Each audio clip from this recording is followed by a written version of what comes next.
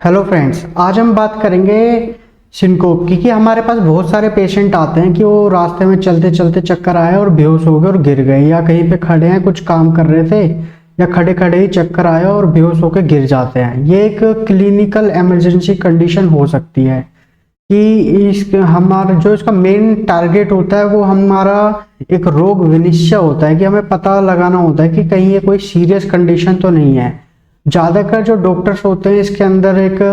Glucose की बोतल को लगा देते हैं या आईवी लाइन पे लगा देते हैं और पेशेंट को भेज देते हैं कि वैसे ही चक्कर आ गया होगा या शुगर कम हो गया होगा। पर हमको सिम्टोमेटिकली नहीं जाना है बिल्कुल भी। हमारा जो मेन टारगेट होता है वो इन्वेस्टिगेशन होता है। पहले हमें इन्वेस्टिगेशन करनी चाहिए कि इसका मेन कारण क्या है। जो ये ब्लैकआउट हुआ इसका नॉर्मल कारण है या कोई हार्ट रिलेटेड कारण हो या न्यूरोलॉजिकल कारण हो। चलो इस कंडीशन को अच्छे से समझने के लिए हम पूरी वीडियो को अच्छे से देखते हैं। जो सिनकोप होता है वो एक कॉमन क्लिनिकल प्रॉब्लम होती है। जो हमारा पहला गोल होता है कि जो पेशेंट की रिस्क फैक्टर है कि पेशेंट कहीं ज़्यादा रिस्क पे तो नहीं है, कहीं उसको जानलेवा तो कोई खतरा नहीं है, उसको रूल आउट करना होता है। ये इसका जनरल प्रिंसिपल होता है। जो सिनकोप होता है वो एक सडन एकदम से होने वाली self limited loss of consciousness और पोस्चरल टोन की जो पोस्चरल टोन होती है और उसका कॉन्शियसनेस होता है वो बिल्कुल एकदम से लॉस हो जाता है, जिसके वजह से वो गिर जाता है। पर ये फॉलोड बाय है कि स्पॉन्टेनियस कंप्लीट रिकवरी उसके अंदर हो जाती है कि वो थोड़ी देर के लिए 1 मिनट या थोड़ा कम टाइम में वो वापस नॉर्मल हो जाता है। नहीं तो वो नॉर्मल नहीं होगा तो वो एक कैमाटोज या कोमा की कंडीशन हो सकती है। तो इसको हम जो क्लासिफिकेशन होता है वो मेजर कैटेगरीज के उस पे करते हैं कि जैसे न्यूरोकार्डियोजेनिक हो कि ब्रेन और हार्ट का कोई कॉम्बिनेशन हो, या ऑर्थोस्टैटिक हो कि जैसी पेशेंट को हम सुपाइन पोजीशन से सीधे कर खड़ा करते हैं पेशेंट को तो क्या बोलते हैं उसमें ब्लड प्रेशर कम हो जा रहा हो, या कार्डियोवास्कुलर हो, या कोई मैकेनिकल प्रॉब्लम हो। चलो अब इसको अच्छे से देखते हैं अंदर कि न्यूरोकार्डियोजेनिक मतलब हमारे ब्रेन से जो सिग्नल जाता है हार्ट के लिए उससे कोई प्रॉब्लम ना आ रही हो। जैसे कि वेसोवैगल, जो वेसोवैगल होता है ये क्या होता है कि वेगल नर्व होती है जो क्रेनियल नर्व्स होती है उसके अंदर से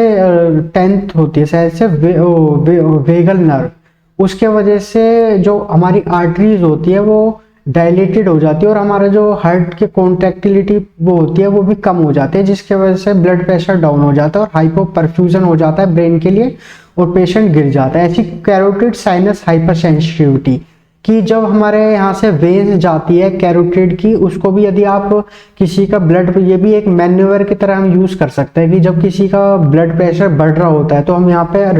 आराम से हल्के हाथ से यदि उसको मसाज करते हैं तो उसका ब्लड प्रेशर लो हो जाता है। ऐसी किसी वजह से जब उसने हाई नेक पहन रखा हो कुछ, या किसी वजह से वो कैरोटिड साइनस हाइपरसेंसिटिविटी हो रही हो, हल्का सा करने पे ब्लड प्रेशर डाउन जा रहा है, उसके वजह से भी हो सकता है। उसको न्यूरोकार्डियोजेनिक कोर्स के अंदर आते हैं सिचुएशनल की। आपने देखा होगा कि कई बार कोई ब्लड को देख ले तो गिर जाता है, या कोई ऐसी कंडीशन आ जाती है फैमिली के अंदर लड़ाई हो रही होती है उसको देख के बेहोश हो जाते हैं कुछ लोग, है ना। तो ये सिचुएशनल भी होता है, न्यूरोकार्डियोजेनिक हो सकता है। अब देखते हैं ऑर्थोस्टैटिक हाइपोटेंशन कि इसमें क्या होता है, या तो पेशेंट का वॉल्यूम बहुत ज़्यादा कम हो गया हो कि जब तक वो लेटा है मतलब ब्लड हमारे जो वेन्स है उसके अंदर आर्टरीज के अंदर जो वॉल्यूम होता है प्लाज्मा होता है बहुत ज़्यादा कम हो जाता है, जिसके वजह से पेशेंट लेटा है तो ठीक है। पर जैसे ही वो खड़ा होता है ग्रेविटी फोर्स नीचे से उसको खींचती है वॉल्यूम को, तो हार्ट इतना पंप नहीं कर पाता है, वॉल्यूम इतना पूरे में सर्कुलेट नहीं हो पाता है, जिसके वजह से ऑर्थोस्टैटिक हाइपोटेंशन होने के चांस हो जाते हैं।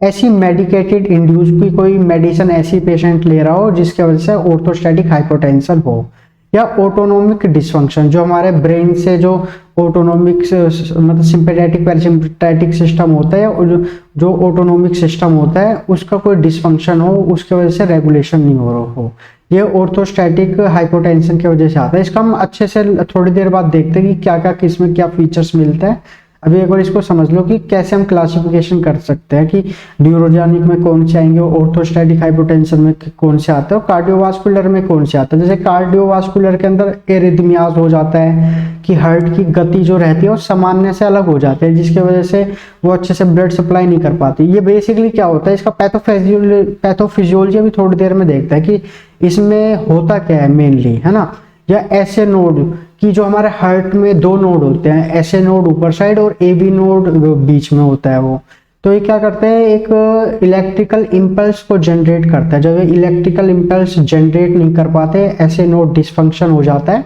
उसके वजह से कॉन्ट्रेक्टिलिटी हार्ट की अच्छे से हो नहीं पाती है, जिसके वजह से ब्लड प्रेशर ढंग से हो नहीं पाता है ना। ऐसी एबी ब्लॉक होता है। या पेस मेकर, ऐसे नोड को ही पेस मेकर बोलते हैं कि ऐसे नोड इंपल्स करता है उसको कॉन्ट्रेक्टिलिटी को। या वेंट्रिकुलर टैकिकार्डिया, वेंट्रिकुलर फिब्रिलेशन, मतलब जो हार्ट के जो ओरिकल और वेंट्रिकुलर होता है कि जैसे मान लो ये ओरिकलर और ये वेंट्रिकुलर, तो ओरिकल तो ठीक अच्छे आराम से काम कर रहा है, पर जो वेंट्रिकल है वो बहुत तेज तेज ब्लड को कर रहा है, जिसके वजह से मतलब ओरिकुलर फिल नहीं हो पा रहा है अच्छे से और ब्लड का प्रेशर ढंग से हो नहीं पा रहा है, जिसकी वजह से हाइपोपरफ्यूजन हो रहा है या ब्रेन तक ब्लड जा नहीं पाता। या सुप्रावेंट्रिकुलर टैकिकार्डिया, इसमें पूरा ही हार्ट आ जाता है कि जो वेंट्रिकुलर के ऊपर वाला है ओरिकल, वो भी बहुत ज्यादा कर रहा है, पर ये बहुत कम देखा जाता है, क्या बोलते हैं, सुप्रावेंट्रिकुलर टैकिकार्डिया। ऐसी मैकेनिकल भी कोज होते हैं हार्ट के अंदर, जैसे HCM होगा। इसमें क्या होता है, हाइपरट्रोपिक कार्डियोमायोपैथी, कि जो हार्ट की मसल्स होती है ना उसमें इन्फ्लामेशन होनी स्टार्ट हो जाती है, वो थोड़ी तो थिक हो जाती है, मोटी हो जाती है, जिसकी वजह से आपको पता है कोई चीज थिक हो जाएगी, मोटी हो जाएगी, उसमें कॉन्ट्रेक्टिलिटी कम हो जाती है, उसकी वजह से वो प्रेशर वो नहीं रह पाता है कि हाइपोपरफ्यूजन हो जाता है ब्रेन में। ऐसी वल्वुलर स्टेनोसिस, जो वोल्स होते हैं हमारे हार्ट के अंदर, उसके अंदर कोई मतलब सिकुड़न आ गई हो, या एरोटिक डाइसेक्शन की जो एरोटा होता है उसके अंदर से कोई लीकेज हो रही हो, कटवट लग गया हो, या वहां से ब्लड निकल रहा हो उसके वजह से, ठीक है। या पल्मोनरी एम्बोलिज्म की, हमारे जो वो लंग्स है उसके अंदर कोई एम्बोलिज्म, थक्का जम गया हो, जिसके वजह से अच्छे से मूवमेंट नहीं हो पा रही हो, या वो ऑक्सीजन नहीं पहुंच पा रही हो हार्ट में, है ना। या पल्मोनरी हाइपरटेंशन, ये सब हम जब हार्ट की पूरी डिजीज पढ़ेंगे ना उसमें सब कुछ पढ़ेंगे हम कि वल्वुलर डिजीज में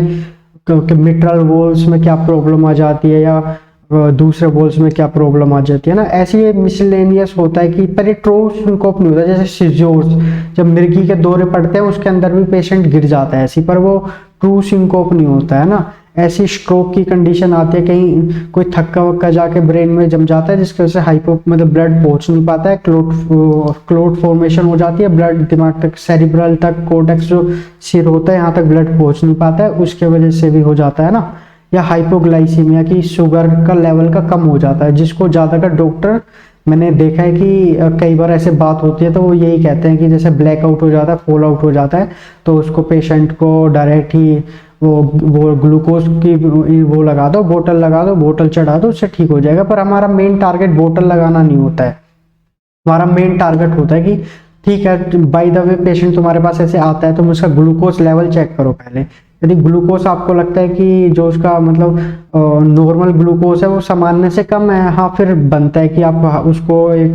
ग्लूकोज लगा रहे हो तो आप कर सकते हो। पर पहला हमारा इन्वेस्टिगेशन, कि पहले पता होना चाहिए कि उसको दिक्कत क्या है, कहीं उसका हार्ट में तो कोई प्रॉब्लम नहीं है। उसके लिए टेस्ट वगैरह कराने होते हैं, जैसे ECG वगैरह, वो आगे देखते हैं। हाइपोक्सिया की कंडीशन आ जाती है ना, या एथेरोस्क्लेरोसिस, सेरिब्रल आर्टरी के अंदर कोई जाके प्लेग जमना स्टार्ट हो गया हो, जो स्मोकिंग ज़्यादा करते हैं, जिसके कोलेस्ट्रॉल ज़्यादा होता है, डिसलिपिडीमिया ज़्यादा बड़ा रहता है, उसमें जाके ये देखते हैं कि वहाँ पे आर्टरीज में जाके प्लेग वगैरह जम जाते हैं और वहाँ पे मतलब अच्छे से ब्लड पहुंच नहीं पाता है, जिसकी वजह से पेशेंट सिनकोप की कंडीशन में आ जाता है ना। तो इसको पैथोफिजियोलॉजी देखते हैं कि जो न्यूरोकार्डियोजेनिक सिनकोप होता है, उसके वजह से जो हमारी हार्ट की मसल्स होती है उसका इनिबिशन हो जाता है, कार्डियो इनिबिटरी हो जाता है, जिसके वजह से ब्रेडिकार्डिया हो जाता है कि जो हार्ट की नॉर्मल गति होती है पंपिंग की वो कम हो जाती है, 60 से कम हो जाती है। ब्रेडिकार्डिया एसिस्टोल, जो भी लोग ICU के अंदर काम कर रहे होंगे उनके लिए एसिस्टोल बहुत ही इंपॉर्टेंट है जानना, ये तुम्हारा होमवर्क है, ठीक है। इसको आप पता करके रखना एसिस्टोल होता क्या है। चलो थोड़ा सा मैं बता देता हूँ इसके अंदर क्या होता है। पेशेंट की जो नॉर्मल ईसीजी पे जो आती है ना, क्या बोलते हैं, वेव्स ऐसे करके नॉर्मल, वो सीधी हो जाती है। ठीक है, तो आप क्या होगे कि अब सीधी होगी तो पेशेंट इसमें मर ही जाएगा, डेथ हो जाएगी इसमें, है ना। पर नहीं, उसके अंदर एसिस्टोल की कंडीशन होती है, वो 4 मिनट तक जब उसकी सीधी आ जाती है ना लाइन, 4 मिनट तक पेशेंट के अंदर जिंदा होने की दोबारा कैपेसिटी होती है कि वो दोबारा से, मतलब आप यदि उसका ठीक तरह से प्रोटोकॉल करो तो आप पेशेंट की जान बचा सकते हो। ये एसिस्टोल की कंडीशन है। यदि आप आईसीयू में काम करते हो या आपसे कभी कोई बात करने आए, मतलब आप कहीं पे टेस्ट वगैरह देने जाओ, या उस समय कोई एसिस्टोल, क्योंकि ज़्यादा कर ये बहुत पूछते हैं एसिस्टोल, क्योंकि यही एक एंड की कंडीशन है जो एक हर आईसीयू स्पेशलिस्ट को आनी चाहिए कि कैसे हम पेशेंट की जान बचा सके। ठीक है, उसके अंदर इंजेक्शन कौन सा लगाना होता है ना, तो आप इसका होमवर्क है, इसको एसिस्टोल को पता करके रखना होता क्या है। तो ऐसे ये किसके वजह से हो जाता है, जब कार्डियो इनहिबिटरी, जिसकी वजह से ब्रेडिकार्डिया एसिस्टोल हो जाता है, ये वेसोवेगल जो हमने पढ़ा था, vagal outflow to the heart, वो बढ़ जाता है, जिसकी वजह से क्या बोलते हैं, हार्ट की पंपिंग कम हो जाती है, और क्या बोलते हैं, आर्टरीज का एनलार्जमेंट हो जाता है, वो चौड़ी हो जाता है, जिसकी वजह से प्रेशर बिल्कुल ही गिर जाता है, जिससे हाइपोपरफ्यूजन होता है, वासोडिप्रेसिन कि जैसे वासोप्रेसिन होता है वो कंस्ट्रिक्ट करता है आर्टरीज को, वासोडिप्रेसिन क्या करता है, आर्टरीज को चौड़ा देता है, डायलेट कर देता है, जिसकी वजह से प्रेशर हो जाता है डाउन। ठीक है, तो इसके अंदर बहुत सारे पेशेंटों के अंदर ये दोनों ही कंडीशन हम देखने को मिलती है कि वो वेसोवेगल भी इंक्रीज हो गया और वासोडिप्रेसिन भी हो गया है, कि मतलब हार्ट की पंपिंग भी कम हो जाती है और जो उसका डायलेशन है वो भी ज़्यादा बढ़ जाता है। ठीक है, तो इसके अंदर हम कुछ पेशेंटों में देखते हैं कि जब पेशेंट वॉशरूम जाता है, यूरिन पास आउट करने जाता है, मिचुरेशन के लिए जाता है, या फ्रेश होने जाता है, या जब वो खांसता है या कुछ खाता है, उस टाइम भी पेशेंट को चक्कर आके गिर जाता है। ये क्या बोलते हैं, एक टाइम पे पेशेंट था और जो वॉशरूम करने गया था, और वॉशरूम करते ही जैसे ही वो खड़ा हुआ उसको चक्कर आया, वो गिर गया। उसके बाद फिर समझाया कि अब क्या खड़ा होना हो तो पकड़ के खड़ा होना हो, और कुछ मैन्यूवर्स होते हैं इसके अंदर, क्या क्या करना चाहिए, जैसे चक्कर आए तो वो आप कर सकते हो, और वैसे किसी को साथ ले जाओ। उस टाइम पे ज़्यादा देखने को मिलता है, न्यूरोकार्डियोजेनिक होता है। और ये भी होता है कि जो हमारे ब्लड के अंदर, मतलब हमारे जो वेन्स के अंदर यूरिन पास आउट करता है तो जो वॉल्यूम होता है वो कम हो जाता है, उसके वजह से भी ये होने के चांसेस रहते हैं। अब देखते हैं कि क्लिनिकल प्रेजेंटेशन में हमें क्या क्या मिलता है, और हम कैसे पहचाने कि कार्डियोजेनिक है, न्यूरोजेनिक है, ऑर्थोस्टैटिक है। कि हमेशा जिस भी पेशेंट के अंदर वो, मतलब उसको जी में चलाएगा या उल्टी आएगी, या उसके बहुत ज़्यादा पसीना आएगा, स्वेटिंग बहुत ज़्यादा बढ़ जाएगी, या जो वो विजुअल चेंज आएंगे, जो वो देखता है किसी को, मतलब ऐसे विजुअल चेंज दिखता है उसको, मतलब दो दिखते हैं या आधा दिखता है ना, या उसका जो मुंह वाला पार्ट है, अपर बॉडी पार्ट है, वो बिल्कुल लाल हो जाता है, वो बताता है कि ये न्यूरोकार्डियोजेनिक प्रॉब्लम है कुछ। ठीक है, तो उसके बाद हमने पता कर लिया न्यूरोकार्डियोजेनिक कैसे होता है। ऐसे हम देखते हैं कि वो इसके साथ जैसे पेशेंट के अंदर सीजोर्स आते हैं ना, उसके अंदर भी पेशेंट फॉलो हो जाता है कि वो गिर जाता है। उन पेशेंटों के अंदर इनकॉन्टिनेंस मिलता है कि मतलब उनके बॉडी के ऊपर एक जो वो सामान्य नियंत्रण होता है वो नहीं हो पाता है, और वो कुछ हाथ पैर को हिलाते हैं, फेंकते हैं, या जीभ को काट लेते हैं, है ना, या अनयूजुअल सेंसरी प्रोड्रोम कि वो मतलब कुछ मतलब उनका जो ब्रेन कॉन्शियस लेवल तो कम हो जाती है, पर वो कुछ ऐसी चीज देखते हैं जिसके बादल आ रहे हैं, कोई उनको मारने आ रहा है, या कुछ कुछ अलग टाइप का सेंसरी प्रोड्रोम देखने को मिलता है, या उनमें इनकॉन्टिनेंस मिल जाती है, जो कि सजेस्ट करता है सिजोर की। वो हाथ पैर को मारते हैं, तेज तेज मुंह से थूक निकलने लग जाता है, जीभ को काट लेते हैं, दांत को बार बार ऐसे ऐसे चबाते हैं, मतलब ऐसे वो सिजोर्स को बताता है। और जो ये क्या बोलते हैं, जो न्यूरोजेनिक कोज होता है उसके अंदर हमको ना ये भी मिलता है, एक फटीग भी मिलती है कि जब पेशेंट खड़ा होता है या मतलब बाद में ठीक हो जाता है पेशेंट 1 मिनट के बाद, उसके बाद उसमें वो बताता है कि बहुत ज़्यादा थकान हो रही है उसको बॉडी में, ये भी हमको देखने को मिलता है। और जिस भी पेशेंट के अंदर वेंटिकुलर एरिथमियाज मिलता है उसके अंदर एकदम से ही पेशेंट मतलब कॉन्शियसनेस भी खत्म हो जाती है और एकदम से ही पेशेंट की रिकवरी भी हो जाती है। ये हमें वेंटिकुलर एरिथमियास में मिलता है कि जैसे मान लो कि जो हार्ट की गति बहुत ज़्यादा तेज हो जाती है वेंट्रिकल्स की, तो वो एकदम से फॉल ऑफ हो जाता है, जिसके वजह से पेशेंट बहुत जल्दी ही गिर जाता है और बहुत जल्दी उसकी रिकवरी होती है फास्ट। उस ये किस में मिलता है? वेंट्रिकुलर टैकीकार्डिया में। या जिस भी जो भी मतलब पेशेंट कुछ आपको बताता है कि मैं क्या बोलता है कुछ उठाने गया, कि मैं साइकिल चलाने गया या मैंने कुछ काम करा, मैंने सीढ़ी एकदम से चढ़ने की कोशिश करी और उस समय मेरे को बेहोशी जैसी हालत होगी, तो ये दर्शाता है कि उसकी जो हार्ट की प्रॉब्लम ना हो, कोई हार्ट डिजीज ना हो या पल्मोनरी हाइपरटेंशन ना हो या कोई मतलब कोरोनरी आर्टरी डिजीज ना हो। कि हमने कोरोनरी आर्टरी डिजीज में पढ़ा था ना कि एक्सर्शन के टाइम में पेशेंट के पेन होता है और उसी टाइम में ऐसे में बेहोशी भी हो सकती है जब उसको ब्लड ज़्यादा ना पहुँचे। तो हम देखते हैं कि हम इसमें अभी तक तो हमने देखा था कि उसमें क्या क्या हमको क्लिनिकल प्रेजेंटेशन मिलती है, कि ये हिस्ट्री की तरह यूज करता है, क्योंकि जब पेशेंट गिरता है वो हमारे सामने तो गिरता नहीं है ना, तो हम इसको एक क्लिनिकल प्रेजेंटेशन की तरह यूज कर सकते हैं।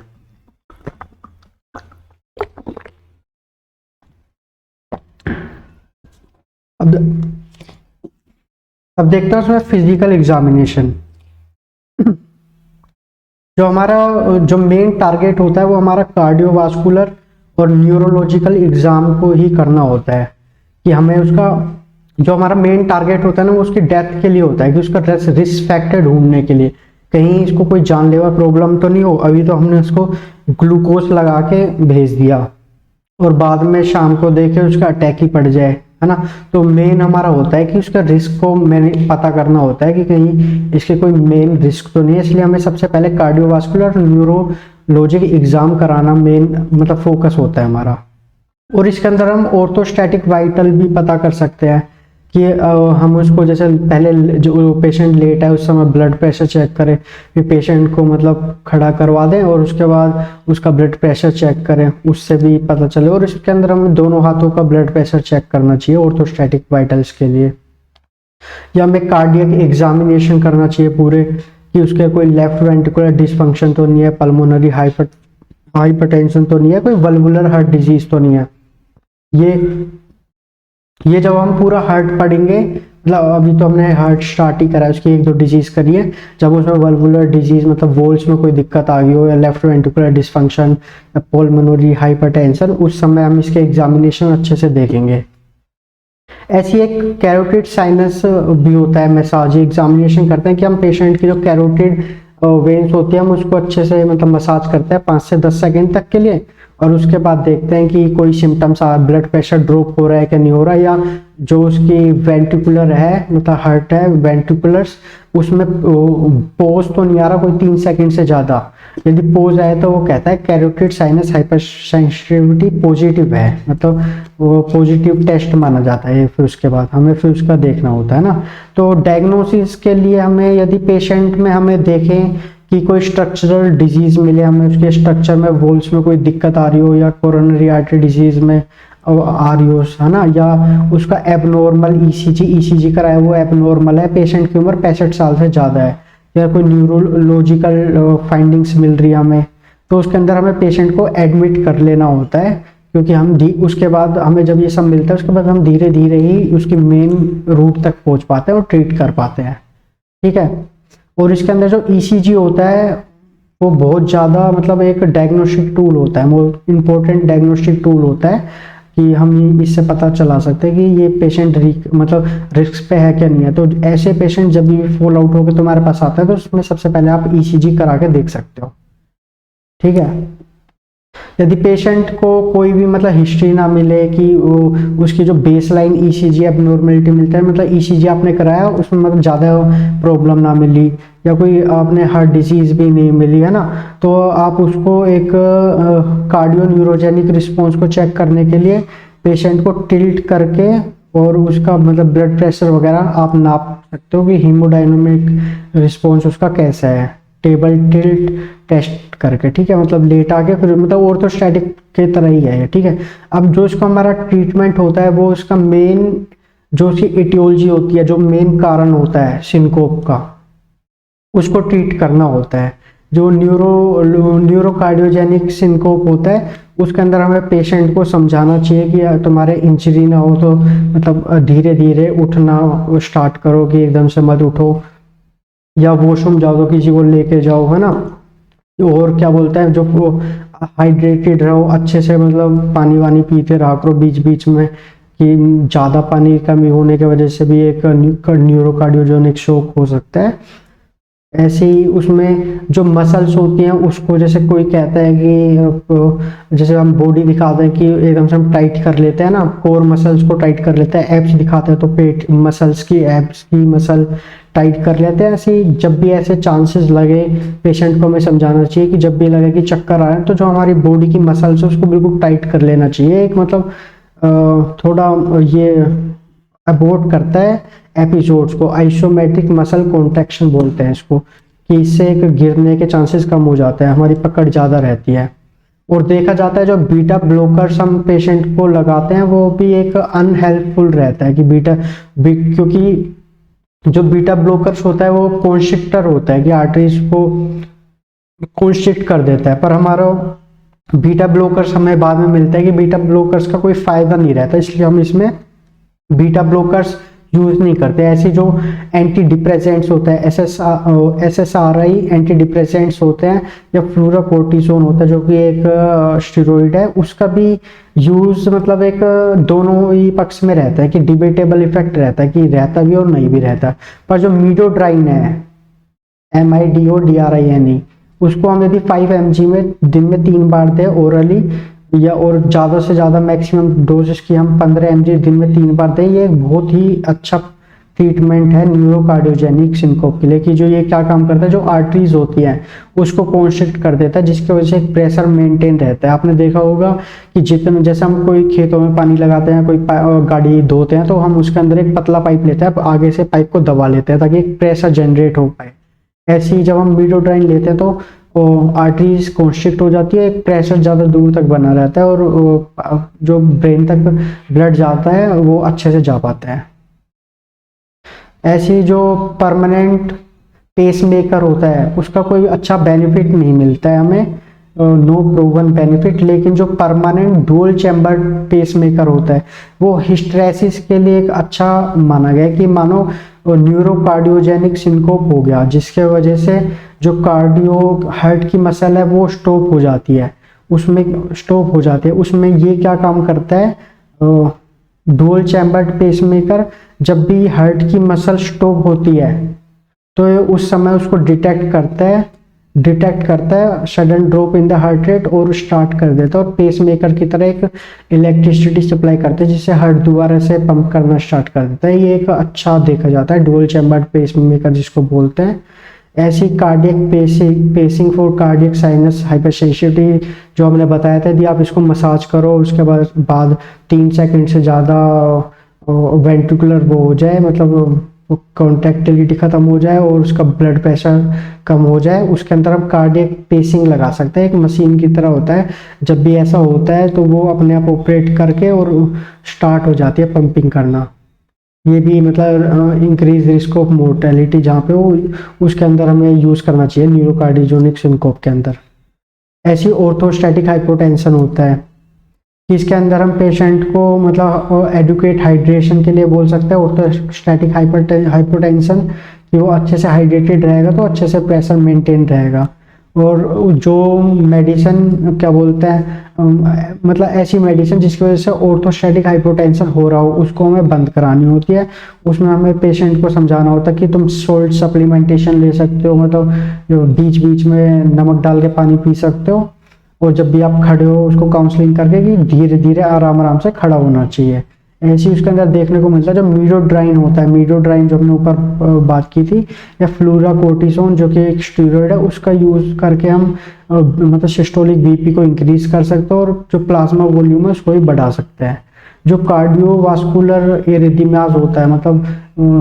जो हृदय की गति होती है उसमें असामान्यता मिलती है जब हमें, उसको हमें जो उसके मेन कोज होता है, जैसे वोल्स में दिक्कत आ रही होती है तो हमें वोल्स रिप्लेस कराने होते हैं ना, या एंटी रिथमेटिक एजेंट्स। जब हम इसकी बात करेंगे कि क्या बोलते हैं एरिथमियास की हार्ट के अंदर जब हम पूरा पढ़ेंगे कि एंटी एरिथमेटिक एजेंट्स कौन से होते हैं, कि जो एरिथमियास को रोकते हैं, एंटी एरिथमेटिक एजेंट्स या कोरोनरी डिवास्कुलराइजेशन। ये तो हमने जब STEMI पढ़ा था, नॉन ST एलिवेशन वाला, उसके अंदर पढ़ा था कोरोनरी रिवास्कुलराइजेशन कब कराना चाहिए ना। तो ऐसे कार्डियक पेसिंग भी कराते हैं हम, जब ऐसे नोड जो कि एक पेसमेकर होता है, ऐसे नोड जब वो प्रॉब्लम हो जाती है, उसके अंदर ब्लॉक हो जाते हैं, AV ब्लॉक मिलता है हमें, ऑरिकुलर वेंट्रिकुलर ब्लॉक, उसके अंदर हम कार्डियक पेसिंग का यूज़ कर सकते हैं। और जो मेडिसिन QT प्रोलोंगेशन करते हैं, ECG के अंदर जब हम QT देखते हैं, जो उसके कोई मेडिसिन QT प्रोलोंगेशन करना है, उसको हमें डिसकंटिन्यू करना होता है। यदि आपको QT प्रोलोंगेशन मेडिसिन के बारे में नहीं पता है, तो हमने जो नॉन ST वीडियो बनाई है उसके एंजाइना के ऊपर, उसमें हमने सारी QT प्रोलोंगेशन ड्रग्स के बारे में बता रखा है। ऐसे हम कैथेटर एब्लेशन प्रोसीजर का यूज़ करते हैं। ये मतलब जो हार्ट होता है उसके अंदर कैथेटर डाल देते हैं, ताकि जब भी पेशेंट को सिंकोप हो सुप्रावेंट्रिकुलर टैकीकार्डिया की वजह से, मतलब हृदय जो हार्ट है उसकी गति बहुत ज़्यादा बढ़ जाती है, उसकी वजह से मतलब ब्लड प्रेशर में प्रॉब्लम आ जाती है, उसके अंदर हम एक कैथेटर डाल देते हैं, जिसके वजह से उसके नॉर्मल हो पाए, वेंट्रिकुलर टैकीकार्डिया ठीक रहे उसकी वजह से। एक सर्जिकल प्रोसेस है। ऐसी ICD की ये एक डिवाइस डालते हैं, डिफिब्रिलेटर, जब भी वेंट्रिकुलर टैकीकार्डिया मिलता है, लेफ्ट वेंट्रिकुलर डिसफंक्शन की, जो लेफ्ट वेंट्रिकल जो पूरे बॉडी के अंदर ब्लड पहुंचाता है, उसमें कोई डिसफंक्शन मिलता है हमें, उसके अंदर हमें ICD का यूज़ करना होता है। तो हमारा ये पूरा टॉपिक ख़त्म हुआ, अच्छे से आपने समझा होगा, तो धन्यवाद। और इसका जो क्या बोलते हैं लिंक है इसका, मतलब इस PDF का, वो हम अपने उसमें डाल देंगे, क्या बोलते हैं, मतलब वीडियो में डाल देंगे, नीचे जाके देख लेना डिस्क्रिप्शन में। तो धन्यवाद।